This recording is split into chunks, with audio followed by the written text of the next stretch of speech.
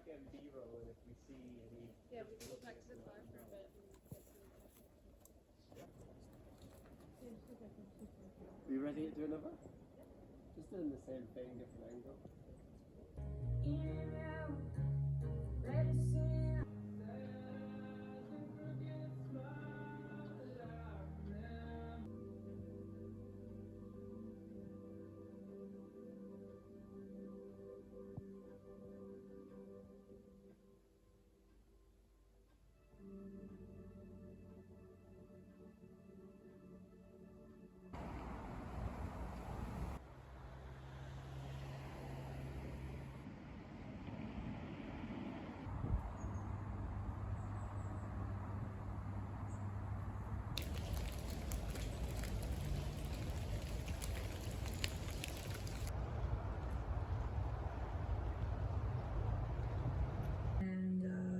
Then Pie, their 1993 album.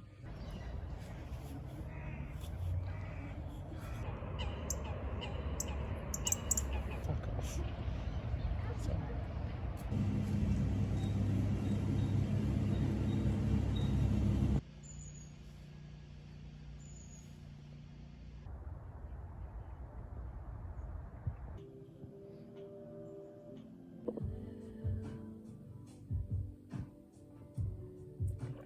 I don't know if you can read that, but I love my little tea wisdom every day. This one is, life should be consistent with the infinity. So whatever that means, cheers.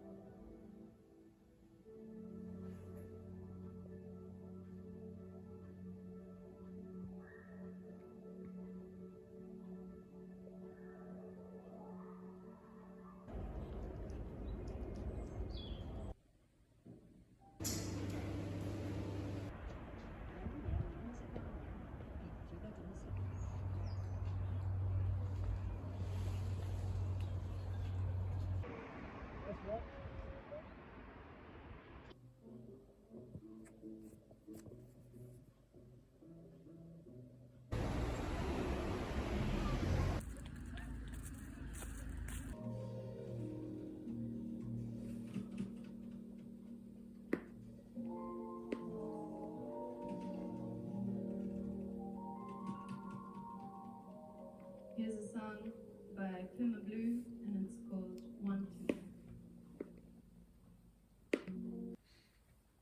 I feel like I have chocolate all over my mouth now. Hello. It was my birthday last weekend, and I obviously have some books to show you. It was a really quiet birthday. I've never really been one to celebrate my birthday, like, ever. But this one was especially quiet because I'd had a video shoot during the week and it just wiped me out. So I ended up cancelling some of the plans that I did have. I was going to go see Hyam play a show here in Glasgow, and I was also going to be going out for dinner, but I ended up lying on my sofa, watching movies, and just spending time with my sister because I'm a twin, so it was also her birthday. And yeah, we had a lovely time, and I have some books to show for it, obviously. So some of these I just kind of like bought myself as a birthday treat, because any excuse to buy books, really. A couple are gifts, and one of my close friends had given me a voucher to a really cool independent bookstore here in Glasgow. So yesterday I went for a little walk through the south side and got some books. Yeah, should we just dive into this pile and I'll show you what I have and what I'm excited about. I mean, I'm excited about all of them. Although, to be honest, my reading lately has been so slow. I'm reading, I'll actually get it. I feel really bad about this, but this is a book club book, and there is absolutely no reason why I shouldn't be loving this book, okay? The writing is so vivid and full of imagery. It's like really poetic. It's gorgeous. The stories, it's a collection of short stories, and the stories kind of center around relationships, whether that's romantic relationships and familial relationships, relationships to the self and identity, and also relationships between generations. And so it's like everything is on paper like great. And like even reading it, I know that it's good, but for some reason, I'm just really struggling to get going with it. And I think part of the reason, or most of the reason, is possibly because I just feel like I have short story fatigue at the moment. I really love the short story form. I actually wrote a Substack about it a few weeks ago now. I think it's a brilliant form, and when it's done well, it's just incredibly impressive. But I don't really like to read short story collections front to back. I like to read the short story in and of itself as like a contained piece of work. And I think I do fatigue quite quickly if I'm reading story after story after story. And just before I'd read this, I'd read another short story collection, and I think that just really what I want is like, I want a novel, and this isn't giving me what I want in the moment, even though it's really good. And so I'm kind of like struggling to get through it. And yeah, it's a beautiful book. I think it's me, it's not you, it's just the headspace that I'm in at the moment. So that's what I'm reading just now, but these are some of the things that I'm like really excited to get to. First off, I have a few Fitzcarraldos. Tell by Jonathan Buckley. And I don't know anyone who's read this, which makes me really excited, because then I'm kind of going into it with a blank slate, which is my favorite way to go into reading books and watching movies, is to just not be influenced by outside noise. So this book is, I think it's set in Scotland, I know that, which was obviously like a big driver for me to pick it up, because I love Scotland, I love Scottish art, Scottish writing. So we have Curtis Doyle, a self-made businessman and art collector, has vanished from his palatial home in the Scottish Highlands.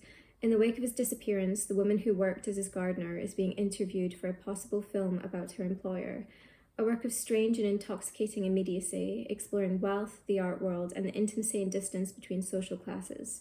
Tell is a probing and complex examination of the ways in which we make stories of our own lives and of other people's. So that sounds completely like my kind of book. We've got the Scottish Highlands, a dramatic setting for anything. I feel like there is a kind of, there's a drama to it that lends itself well to like mystery and a bit of darkness. And then there's art being made about people's lives and the art world and art collector. I feel like I'm definitely going to get a lot of what I like in this book. And Fitzcarraldo does me no wrong. Next up is a book called Lili is Crying by Hélène Bessette. This I think is newly translated, but was published quite some time before, I think like mid-century. So it's translated by Kate Briggs, and it's translated from the French. I picked this up because there's a writer who I follow on Instagram called Una Tremblay, I think her surname is, and she's a writer and reviewer for the Times Literary Supplement, and she posts a lot of what she's reading and, you know, lines from books that she's loving, and I just really, really love her online presence, and this was a book that she had mentioned, and it sounded great to me. Lili is Crying, Hélène Bessette's debut novel, explores the fraughtness and depth of the troubling relationship between Lili and her mother Charlotte. With near mythic quality, Bessette's stripped-back prose evokes at once the pain of thwarted love, of desire wrung cold, and the promise of renewal, Lauded by critics on its initial publication in 1953 for its boundary-pushing style, unusual economy of expression, strange humour, and sheer vivacity, Lili is Crying announces Bessette's singular take on the poetic novel. This edition marks the very first translation of Bessette's work into English by Wyndham Campbell prize-winning author and translator Kate Briggs. So yeah, it's newly translated from mid-century, it's from the French, and I love mother-daughter stories, dynamics in novels. I think, that's me looking for something, some kind of resonant space of someone having a fraught relationship with their mother. Also, there is a little blurb on the back from a writer that I love, Daisy Lafarge, who's based here in Glasgow, and I recommended her book Paul so much around the time that I read it. Her blurb says, Lili's Crying is stunning, a choral fever dream of a book cycling through passion and despair, loyalty and betrayal. It's also a vivid and unforgettable portrait of a place, a sun-drenched landscape with world war at its fringes, and the slow fade of one era into another. Kate Briggs' translation is a powerful channeling of Bessette's voice, distinct, unapologetic, and eerily present. Yes, great, love it. I mean, I'm gonna love all these because I've picked them, basically. The next Fitzcarraldo is one that I've been looking forward to for quite some time. It is Claire-Louise Bennett's latest book, Big Kiss Bye Bye, which is the most perfect title for a book I've ever heard. I'm a huge fan of Claire-Louise Bennett's work. Her book Pond is probably one of my all-time favorite books. I think her writing is so offbeat and strange and so stylistically obviously hers. She's a brilliant writer. She writes well about writing and art, and honestly makes a list like no other. She writes so well about place and everyday life, and about solitary women who are like a little bit weird. So I've really been waiting for this, and I'm so excited to read it. The things that hold life in place have been lifted off and put away. Uprooted by circumstance from city to deep countryside, a woman lives in temporary limbo, visited by memories of all she's left behind. The most insistent are those of Xavier, who has always been certain he knows her better than anyone, better than she knows herself. Xavier, whom she still loves but no longer desires, a displacement he has been unable to accept. An unexpected letter from an old acquaintance brings back a torrent of others she's loved or wanted. Each has been a match and a mismatch, a liberation and a threat to the very sense of self. The ephemera left by their passage, a spilled coffee, an unwanted bouquet, a mind-blowing kiss, make up a cabinet of curiosities she inventories, trying to divine the essence of intimacy. What does it mean to connect with another person? What impels us to touch someone, to be touched by them, to stay in touch? How do we let them go? In yet another tour de force of fiction, Claire-Louise Bennett explores the mystery of how people come and go out of our lives, leaving us forever in their grasp. So this sounds like just like a perfect book to me. And the questions that she's looking at, what does it mean to connect with another person? What impels us to touch someone, to be touched by them, to stay in touch? How do we let them go? That's the kind of stuff that I'm always writing and journaling about, the effect that we have on others, how our presence, our behavior ripples out and touches others, and like what kind of imprint do we want to leave behind, what imprints have been left on us by others. Like that's the kind of thing that I love, the interconnectedness of people, and sometimes the purposeful actions, and sometimes things that might seem completely like nothing in the moment but like stick in your memory afterwards. Like I love thinking about those things, and how even those who we have fallen out with or no longer speak to or have been hurt by, how sometimes there's memories of like beautiful moments that like still linger within us. Or yeah, just I love all this sort of thing, so I'm very excited about that. And I think that's all my Fitzcarraldos. And then I got Audre Lorde, Zami, a new spelling of my name, a biomythography a biomythography. Like, that is why I picked it up. So I love Audre Lorde's writing so much, and the quote on the back of this is just, that's exactly the kind of protagonist that I think would be really interesting to follow throughout a narrative. So it has a quote from the book on the back saying, "If I didn't define myself for myself, I would be crunched into other people's fantasies for me and eaten alive." I think that's, you know, so true. Like, other people are going to put us in boxes, and so it takes a lot to really know your identity and put your identity out there. And a biomythography just sounds completely like enthralling. I'm so excited. A little black girl opens her eyes in 1930s Harlem, weak and half blind. On she stumbles through teenage pain and loneliness, but then to happiness and friendship, work and sex, from Washington Heights to Mexico, always changing, always strong. This is Audre Lorde's story, a rapturous, life-affirming autobiographical novel by the black lesbian mother warrior poet. It changed the literary landscape. And like, I bet it's going to be like, just like a profound book. Her writing is so poetic, in like, it has so much beauty in it, but it has so much power. Like, I think a lot of the times when you're thinking things are beautiful, there's like sometimes like a delicateness that's assigned to beauty, and that's not necessarily the kind of beauty that I'm interested in. I like a beauty that has teeth. There's like something really beautiful about something strong that's, you know, out for blood and wants to be known and has like strong desire, and I feel like that's what I'm gonna get from this book. I feel like it's going to be a very strong voice that I'm just going to fall in love with. Next up, I'll do this one next because these two are non-fiction.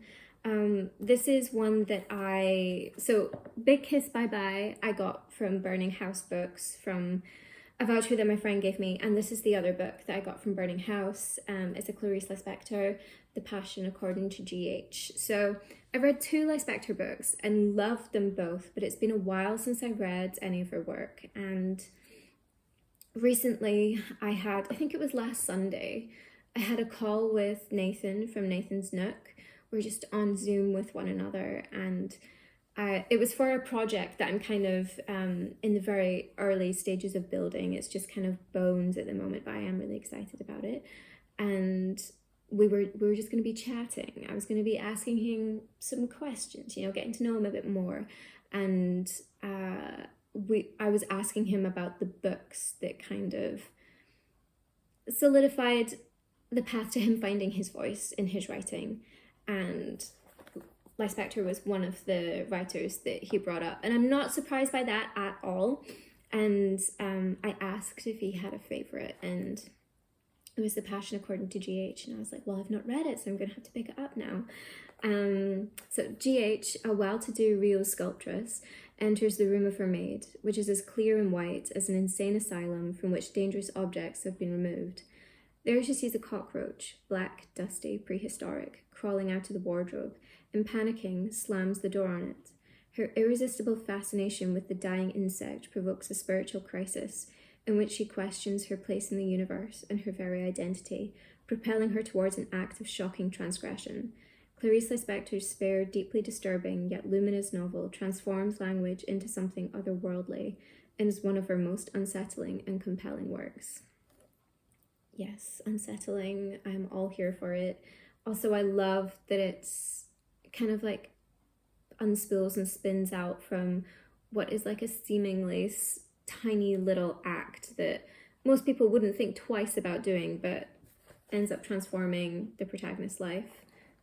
I want to see where that takes her.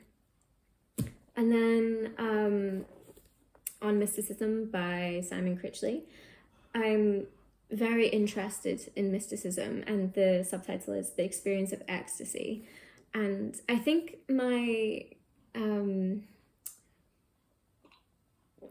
interest on the subject comes partly from having been in the evangelical church in my teenage years, and, you know, not doing so well in there, maybe getting in a lot of trouble for asking questions, and ultimately leaving because it just wasn't a faith that I believed in, and also the church that I was part of, honestly, seemed more like a cult than a church, and there was a lot of, rapturous awe happening, and I always found myself believing, I can find this elsewhere. I actually also wrote a piece about this on my Substack. It was the first piece I published, and that was a while ago now, and like it is something like I feel like I'm naturally set to being in awe of things. Like I don't find it hard to see wonder, feel wonder, find things to be so engrossing and like awe-evoking in life. And so I'm very interested to see what this book has to say. I think a lot of it will be very religious based, and I find reading about philosophy and religion like really interesting. Why people believe what they believe, because it adds to their life, because it's tradition, because it's been passed down to them. Yeah, I'm very interested in all that. Mystic experience, existential ecstasy, a feeling of sheer aliveness when we allow ourselves to escape the bonds of everyday thought, habit, and sensation. Throughout human history, a rare few have experienced this transcendent feeling of touching the divine. While many may reach it through religious belief, it's less a question of faith than one of opening the mind. How then to taste its intensity? What are the roots to mystic ecstasy? In this freeing and inventive book, Simon Critchley uncovers the history and practice of mysticism and humanity's long quest to understand the divine. From early mystics such as Julian of Norwich and Meister Eckhart to modern writers and musicians, T.S. Eliot, Anne Carson, Nick Cave, On Mysticism shows how embracing mystical experiences can empower us to live deeper, freer, more expansive lives. Yes, I want that for all of us. I want us to all be feeling more deeply and experiencing things more intensely, I guess. What's the point in being here if we're not, feeling and experiencing it? I feel like my voice feels really strained, and not in a sore throat way, but in there's a pressure. I feel like I'm squeezing my voice out. Is it nerves? I don't know. I just feel like my voice is not quite right. So I'm sorry if it's grating. But this book here, I didn't get for my birthday or anything, but it was a recommendation from Nathan. He had just finished reading it as he started the call with me last weekend, and I think Pato, I'm sure it was Pato, yes, Pato, definitely Pato had recommended it to him, and Nathan and I were talking a lot about film, and we both have a deep love of film, and he just kept saying, you're going to love this book, and kept referencing it in our conversation. So as soon as I got off the call, I was like, well, I'm going to have to order that book. And it's Picture Cycle by Masha Tupitsyn. And it feels like it'll be a deep dive into something that I am getting a lot more enjoyment out of lately. I'm getting a lot more enjoyment out of film. And I feel that we are living in an increasingly visual society, and with that comes the threat of just things being a veneer and not having as much substance or thought, meaning, intention behind it, just a surface aesthetic.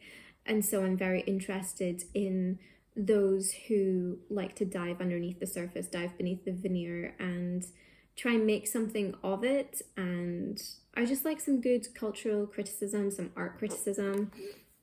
So with her debut book, Beauty, Talk and Monsters from 2007, Masha Tupitsyn established a new genre of hybrid writing that melded film criticism, philosophy, and autobiography. Picture Cycle continues Tupitsyn's multi-genre investigation of the personal and cultural annals of memory, identity, and spectatorship. Composed over a 10-year period, Picture Cycle is a pioneering collection whose sharp vignette-like essays form a critical autobiography of the daily images of our lives. Deftly covering a range of theoretical and cinematic frameworks, Tupitsyn traces the quickly vanishing line between on-screen and off-screen, pre-digital and post-digital. The result is a unique intellectual study of the uncanny formation of our lives' biographies through images. Yes, that sounds great to me. I'm like really interested in reading more about how living in a visual world is affecting our biographies. Sounds great. Next book is, the last book actually, is a huge book, and I'm not saying that there's anything wrong with visuals shaping meaning, because I mean they always have, that's what symbols are, and I'm very interested in symbolism, whether that's through writing, film, or art, and I mean that's well known that I love art history and art criticism, and so the Book of Symbols, this was a gift to me from my partner. I love Taschen's Esoterica range. They have Book of Symbols, they have astrology, tarot, and witchcraft as well. I would love all of them, but they are extremely expensive books. Pretty much all my books I buy are secondhand. But this was a gift, and it's huge, and it is reflections on archetypal images. And so it's basically every kind of symbol and image you can imagine discussed in here. It's broken up into different sections. The sections we have are, let's see, is that all of them? No. Okay, here they are. The sections are creation and cosmos. Creation and cosmos, water, air, wind and feather, fire, light and darkness, and earth. Plant world, trees, magical plants and flowers. Animal world, primordial creatures, water creatures, arachnids and insects, birds, wild animals, domestic animals.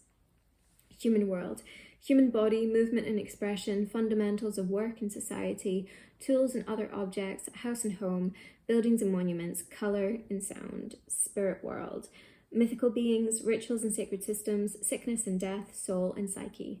Like, I'm so excited about this, and I think the first one is egg, which obviously makes a lot of sense. Egg being the birthplace for a lot of life on Earth.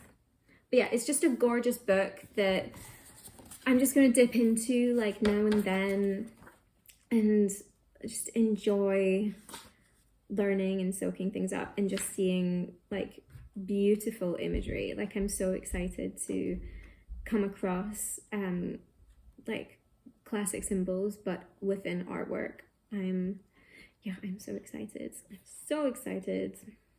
Oh, that looked like a Georgia O'Keeffe in flowers. Yeah, of course it is. One of her irises. I love Georgia O'Keeffe. I love irises. In fact, in my advanced higher art at school, in my last year of school, my portfolio was basically just a portfolio of irises. Like, I love irises so much, especially bearded irises. I think the colors of them are so gorgeous. I just think they're such a strange and beautiful flower.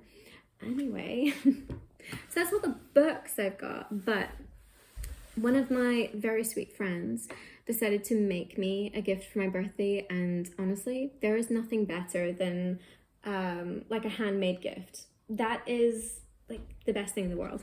And so they made me from scratch a notebook.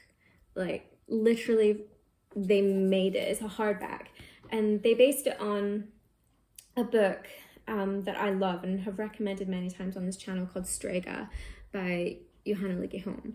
And the cover that I have is like a dark green with lavender accents and end pages. And so this is a dark green. This is more, I would say this is more of an olive green, and Strega is maybe more of like a forest green, but the color is beautiful.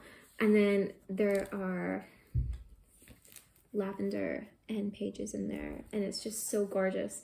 And the thread that's bound the book together is red, and I love it so much. I just think it's like the sweetest gift ever.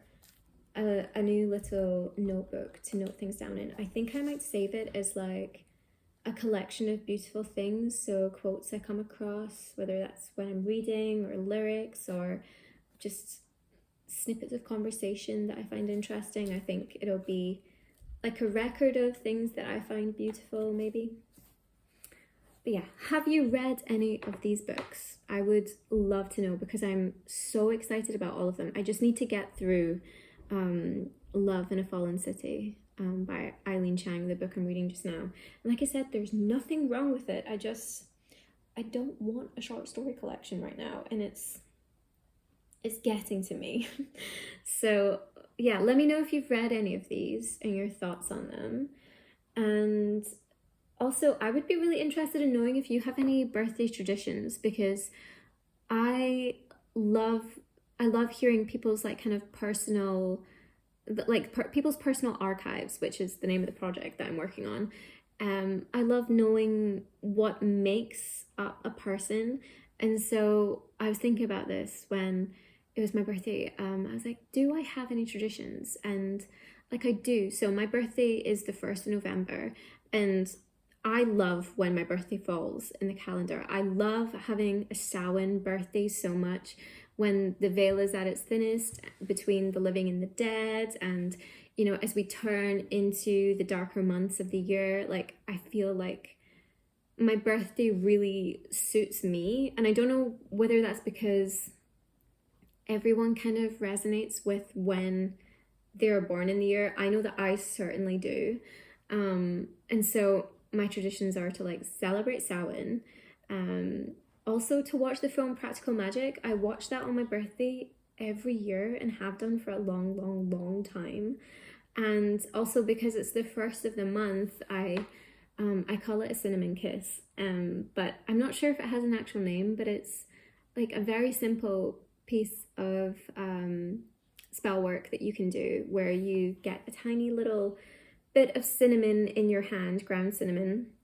You stand outside the door that you would consider the entryway into your home, so the door that you use the most. Stand outside it and just take a couple minutes, or however long you have. You can do it in a rush. I've definitely done that before.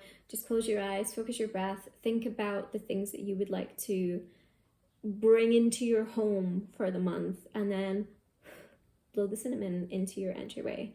And it's just a really simple thing that I think it just brings intention to your month, and I really love it. I love that I get to do it on my birthday as well, and also carving candles. So having a candle and carving what you would like for your new year into it, and then burning it. Yeah, do you have any birthday traditions? I would love to know. And yeah, hopefully I will see you soon, and I will have a reading update that is not me slogging behind and really struggling with a book. Thank you so much for watching. I appreciate you being here, and I hope that we can chat down in the comments. And I also hope that I will see you soon.